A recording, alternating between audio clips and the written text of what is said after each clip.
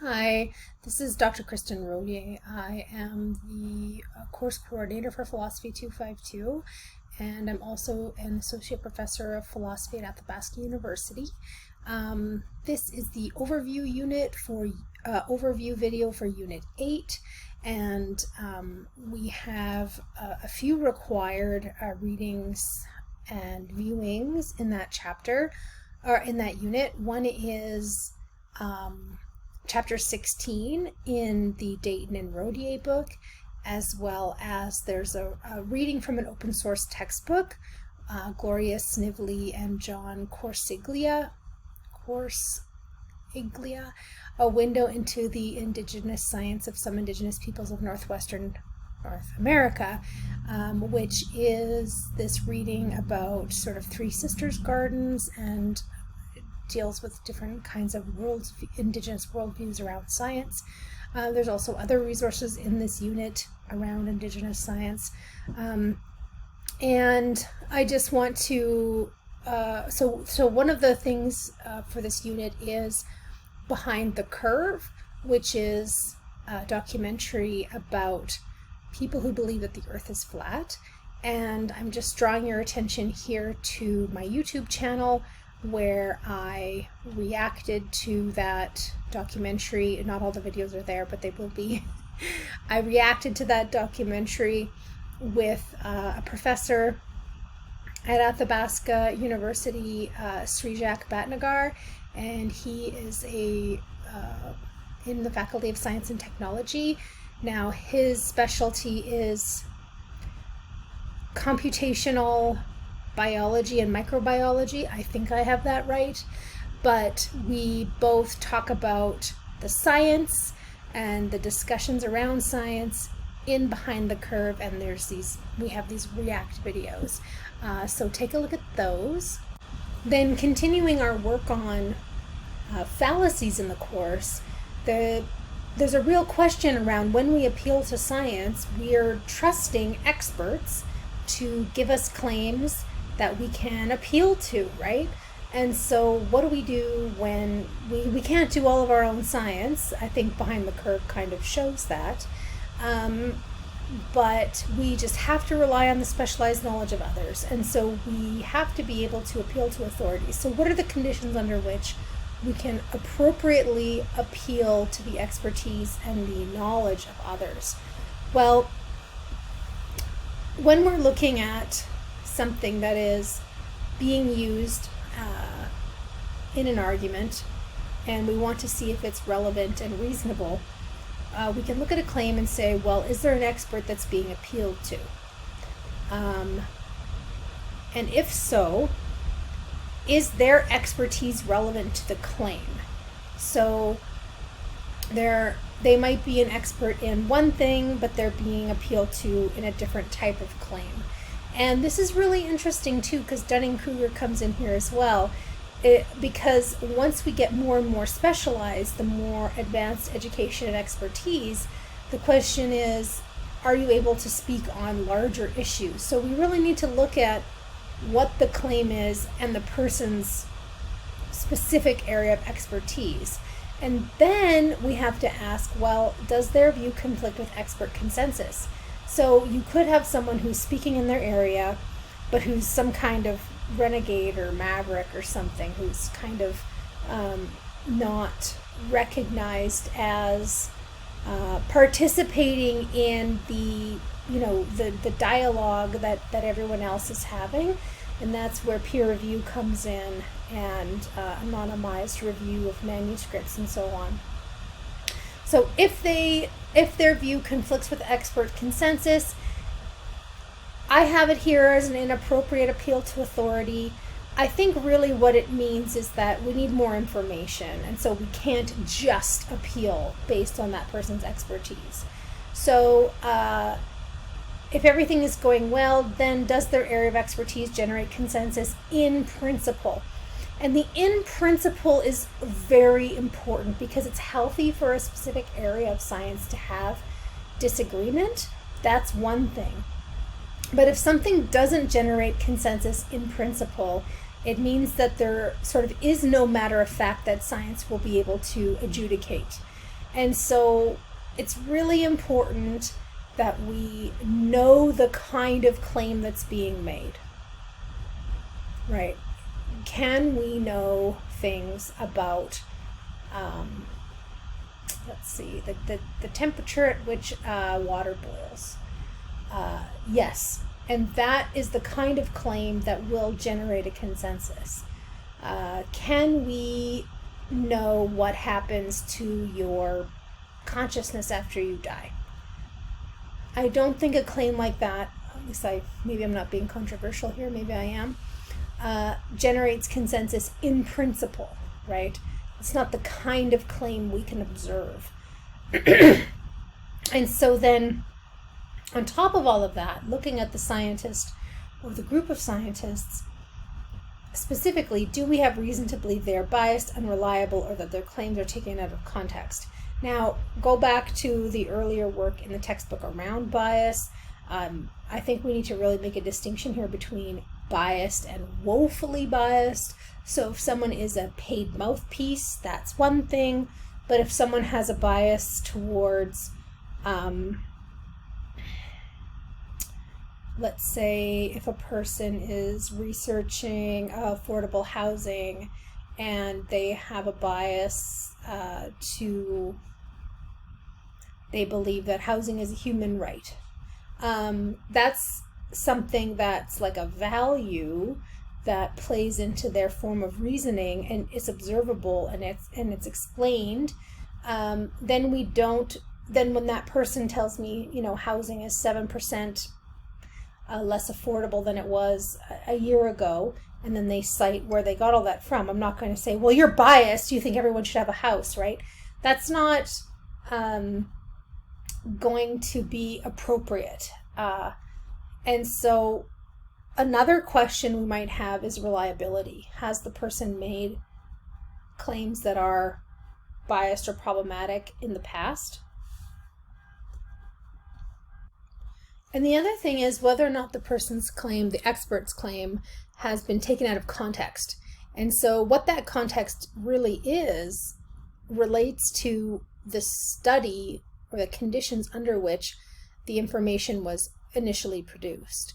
So have they done a study on one particular population, and then it's being touted as true for everyone? I just saw on the news the other day that a certain group of medical professionals is no longer recommending mammography for women for women in their 40s who have no family history or additional risk factors for breast cancer. And then sort of the Breast Cancer Society or some cancer society disagrees with that recommendation, right? And you can see how those claims could easily be taken out of context if you don't put in the question of age and history and risk, and also the idea that these are guidelines. And I'm sure that these two groups are going to have a discussion, but you could have someone saying, well, they're not even recommending mammograms anymore. So like, what? There's a very specific group that they're saying doesn't necessarily need to have it at a certain time. So if we think that the person is biased, if they're a paid mouthpiece, if they've been unreliable, their claims are taken out of context, it's not a genuine authority. It's not something we should be appealing to. The other things that are or could be inappropriate authorities are the appeal to tradition. So what an appeal really matters here. The appeal is that you should take this thing as a fact because this authority makes it a fact. That's what the appeal says. So when you have an appeal to tradition, it's saying this is what should be done because it is a tradition. And so what that means is the tradition justifies the practice continuing. So that it is a tradition is given as reason for it to continue happening.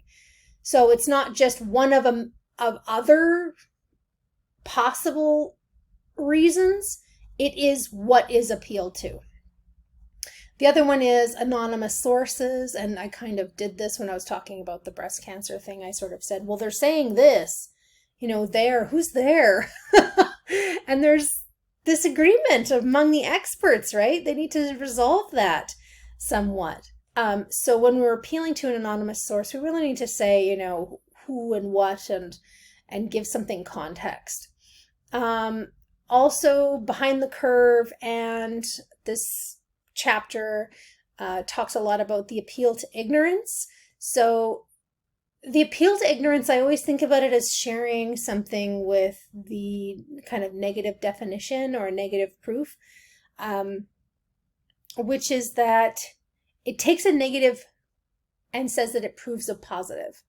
So if I have a claim and I say this claim is true, and you say, well, what proves it?